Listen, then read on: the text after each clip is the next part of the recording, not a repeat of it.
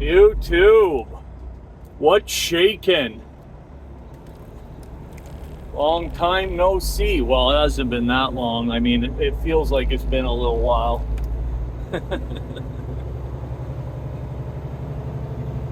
So, boy, I've got, how can you not be negative? A little bit negative when you start talking about trucking and what's going on with trucking today. Everybody that's in trucking, I'm sure. Let me roll up the. It's a beautiful day out. I'm glad winter's over. Gorgeous, absolutely gorgeous. About 85 degrees, sunny skies, blue skies. Not too humid. I just got done loading, so I'm a little bit. A little sweaty. We got a little sweaty going on, but it feels good, eh?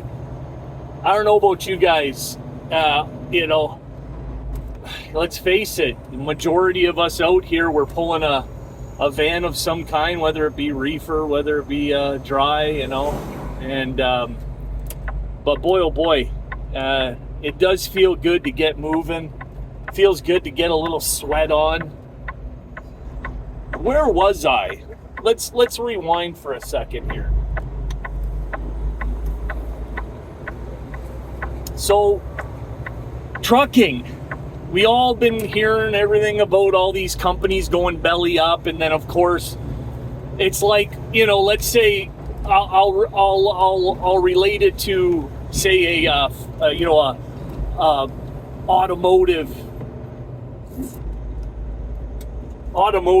automotive Ford, GM, Chrysler shuts down a plant, and then all the feeder plants, right? They all suffer.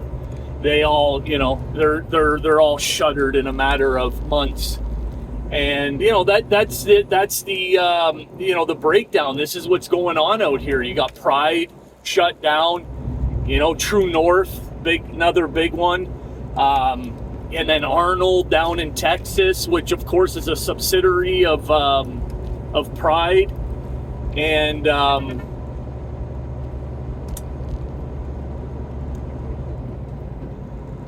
if I sat here and told you I was terribly broke up about it, I'd be lying. I'd be lying to you. My heart does go out to the drivers that are part of that, those groups that are like, well, what am I going to do now? Where am I going to go? Things, the industry is leaning out, right? It's getting very lean. I mean, we still need to chop off some of the fat for sure, without a doubt. But here we are, right? It's leaning out, and in these lean times, people are tightening up their belt buckle. These companies, the trucking companies, are tightening up everybody's tightening up their belt buckle, right? I mean, everybody is, right down to myself and the rest of you guys. I mean, your families, everybody's looking to save a buck somewhere, somehow. And with that being said, we're running into a situation here where companies are still hiring drivers. So these guys that are working, they're looking for a job now because their company shut down. And let's call it, I don't know, in the last 2 years, let's call it, can we say 5,000 drivers? Can we say that many? 5,000 drivers total in North America that, I'm just saying with what we've been reading in the news, they're looking for work and they'll get rehired. But what is that doing to the people that are already experiencing work shortage? You hear about it on YouTube all the time about Prime. They just continue to hire drivers, and with the freight shortage, what's happening? Well, it gets, divvied up amongst more people, and there's a smaller piece of the pie, and, now you're sitting around, and it's just all bad, man. It's all bad. And, trucking companies, okay, here's my theory. Trucking companies for, the last 50 years, let's just say, they've always been in the mode of hire drivers, right? There's such a high turnover rate in trucking. We all know that. They're in this mindset of, if there's a driver we can get on our insurance, you know, if we see somebody that'll fit the mold, let's say, hire them. And I think to a certain extent, the majority of these mega carriers, they're still doing that, right? They're still in this mode of hire, get them on board. And because the last thing they want is, you know, not being able to move their freight, not being able to move their customers' freight. Here's the other factor with all that, right?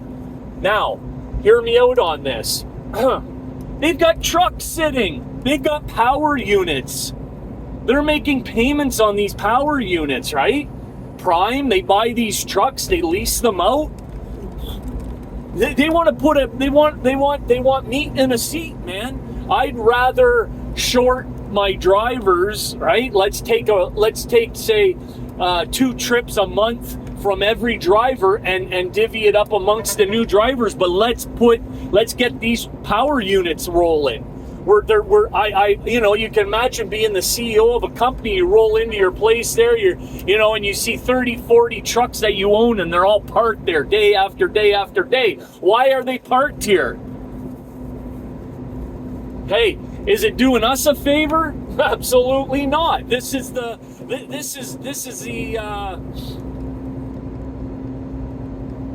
story of our lives, right? Men and women out here. This is how things have been. They don't give 2 squirts of piss whether or not, you know, you can't make your truck note or your car note or your house note. I mean, you know, and I hate to say it, there are a few companies out there that they give a shit about their drivers. If you ask them, hey, do you care about your drivers? Of course I do. I provide health insurance. I you know, steady home time. You know, we're a family focused business.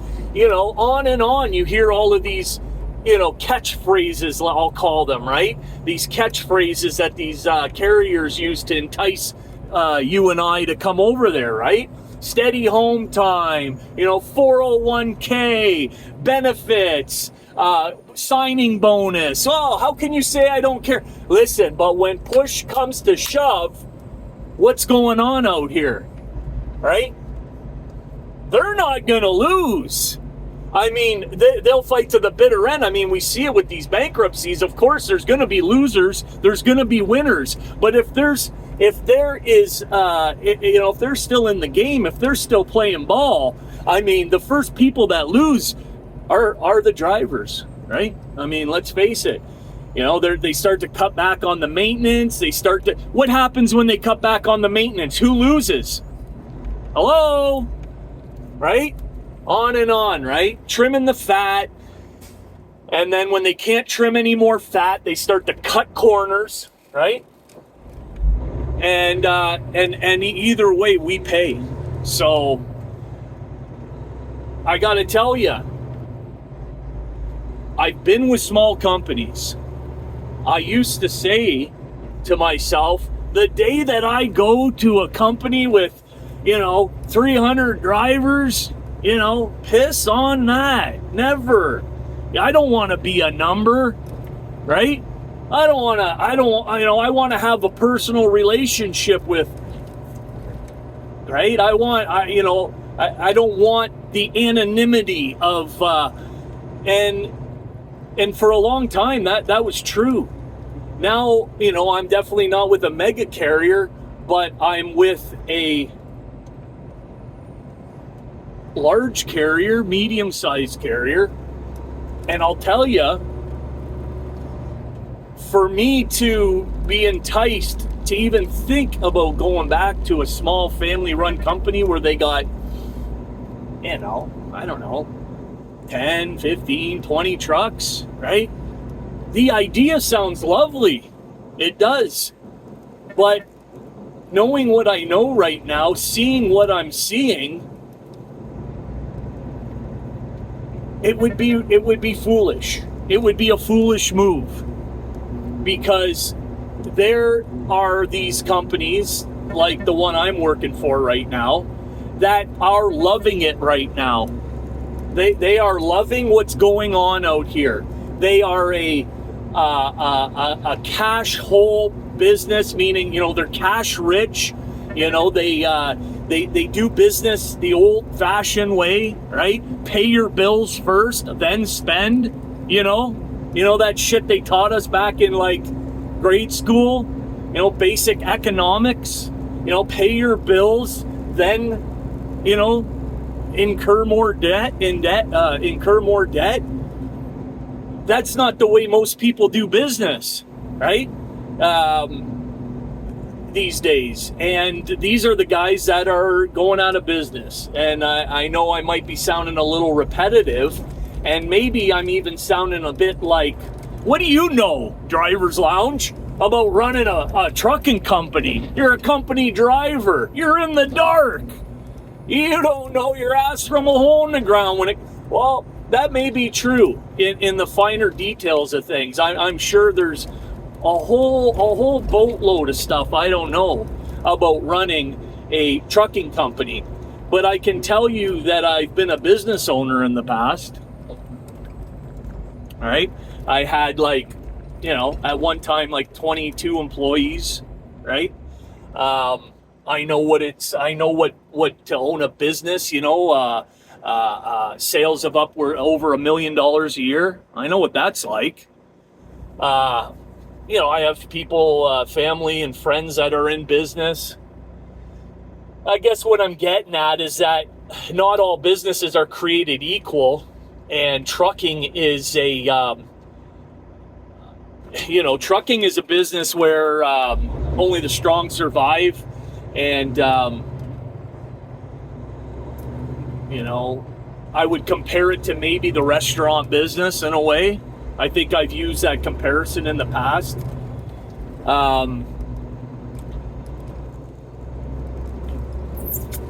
Not in all manner speaking, but definitely in the competitiveness of it. All right, I think we could all agree on that.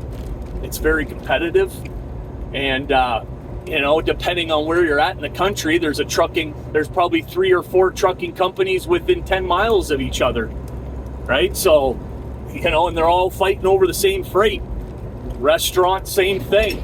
You got, within 10 miles, you got 5-10 restaurants are all competing for the same business. So what sets yourself apart, right? And at this point now, man, I always hate to get into the racially, the racial aspect of trucking. And if you say there's no, racial division in trucking, while, you're I know none of my subscribers would believe that, right? I know they're not foolish enough, naive enough, however you want to say it. But there definitively is a racial divide in trucking. And I can't say I blame anyone for choosing to go with whoever they want to run their freight, right? But I think it's important today that, trucking companies are providing the service. Is that diplomatic enough for you? That trucking companies are providing the service that their customers demand, and they're getting more picky, right? They're getting more picky.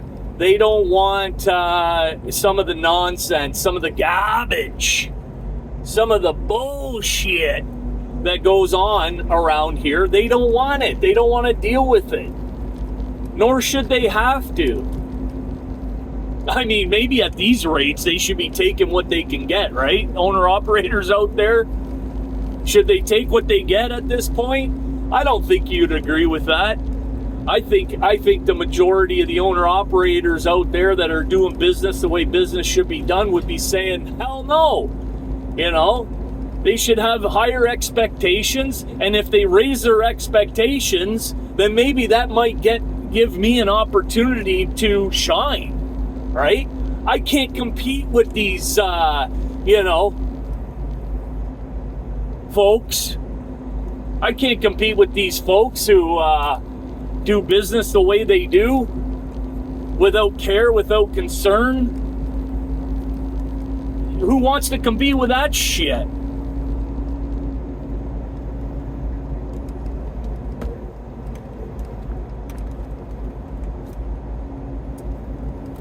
Yep.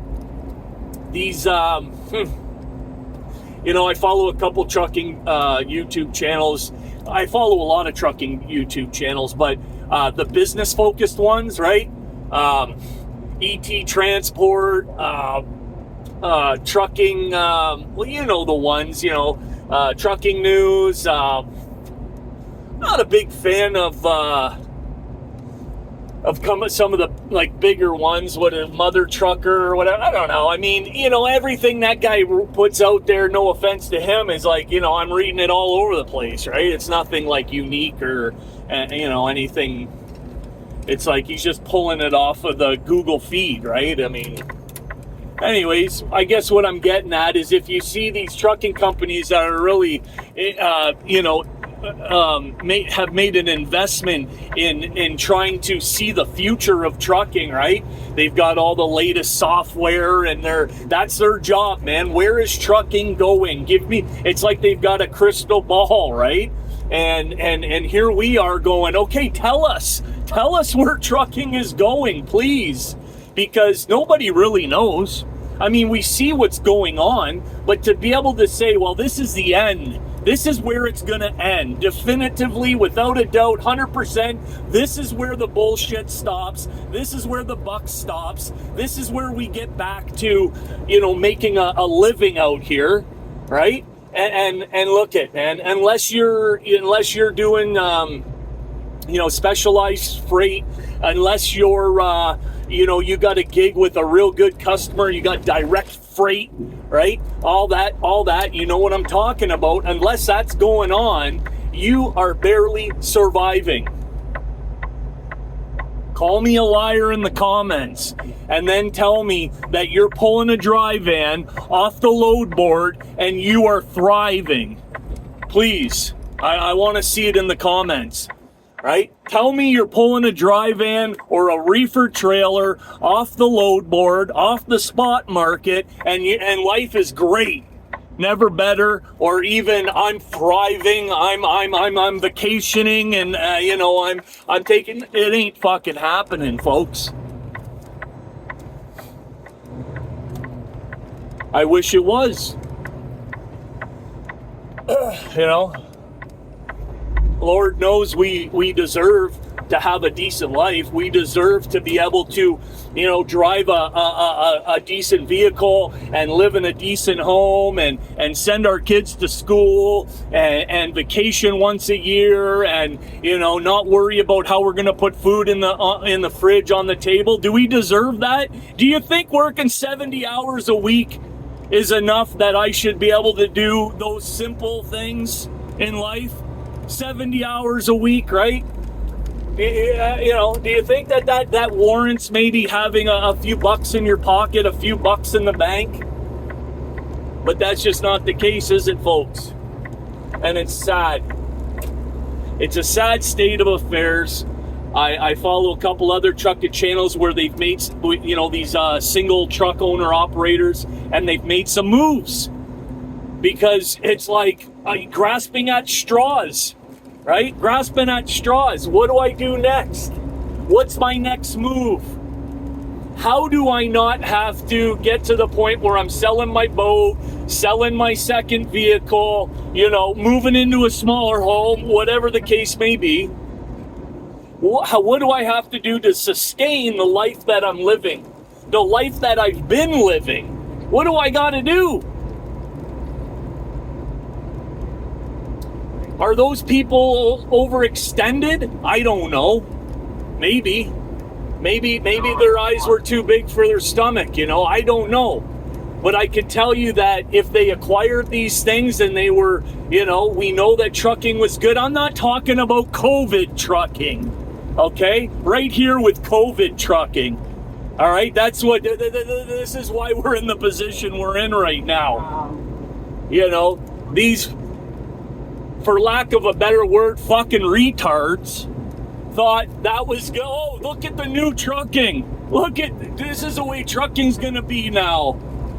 Wow, amazing. I'm going to run out and get my trucking license. I got to run out and get my CDL. This is so sweet. Give your fucking head a shake, man. Like, I know that, I know that we're, you see something, it's like, oh, you hear Joe Blow owns a truck and you see him, and wow, and you hear about it, and oh, I'm going to get me some of that. I'm going to run out and get me some of that, right? And that's what happened. We all know the way that story goes and how it's unfolded. I don't even want to talk about, I'm talking about pre-COVID, I'm talking about the last 50 years and prior, right, where you could, have a simple, I'm spitting all over the place here, I apologize. At least you're not sitting in front of me. Am I a bit worked up? I may be a little worked up. I might be a little bit, fed up, right? Might be a little fed up. Might be a little frustrating. Yeah. And, I don't have the answers, man, but I can tell you right now that before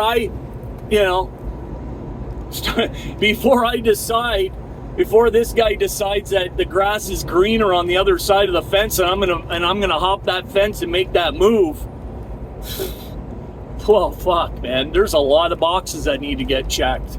Not like before, not like the past, man. That list is long. Very, very long, because there are so many more variables, and it's not just about having to find another job now, right? It's about, am I even gonna have, it used to be you were guaranteed, at least if you went to another job, oh, they say this, they say that, they promise this, they promise that, you get there, it's nothing like it. But if you're willing to put the time in, if you're willing to work your ass off, you can work as much as you want and make, as much money as you want to make. Was up to you. How hard do you want to work? How much do you want to be home? How, Bubba, if you don't want to run to the East Coast, if you don't want to, like, there were options, man. There were things you could do. There was a certain amount of control you had over your own destiny in trucking. Oh, call me a liar. Oh, you don't know what you're talking about, driver's lounge. That's horse shit. Okay. Well, that wasn't my experience. I can tell you that. Definitely wasn't my experience. So I'm going to leave it there. I could go on and on, but I don't want to get, I don't want to get repetitive, and I think I'm beating a little bit of a dead horse, so to speak, at this point. Let me know what you think in the comments. Thank you to all my new subscribers. Welcome to the Driver's Lounge. We got a great bunch of people. The comments are always very respectful, and I think they're very upfront, very honest. I appreciate that. I do. I appreciate the interaction. You can say what you want. That's why I started this channel, right? I have a I respect other people's opinions. I really do. I appreciate your perspectives. I am not the end all and be all of trucking. This is my perspective, right? And I share it with you guys so that it stirs up a conversation. That's all, right? And that's what I'm trying to do. So here we are. Welcome to the Driver's Lounge. Thank you to all the people that have been supporting me, and thank you for all the new subs. Like I said, do hit that like, please. leave a comment and tell your friends, Tell your friends. Let's keep this ball rolling. You guys have a great day. We'll catch you on the next video. Driver's Lounge over and out.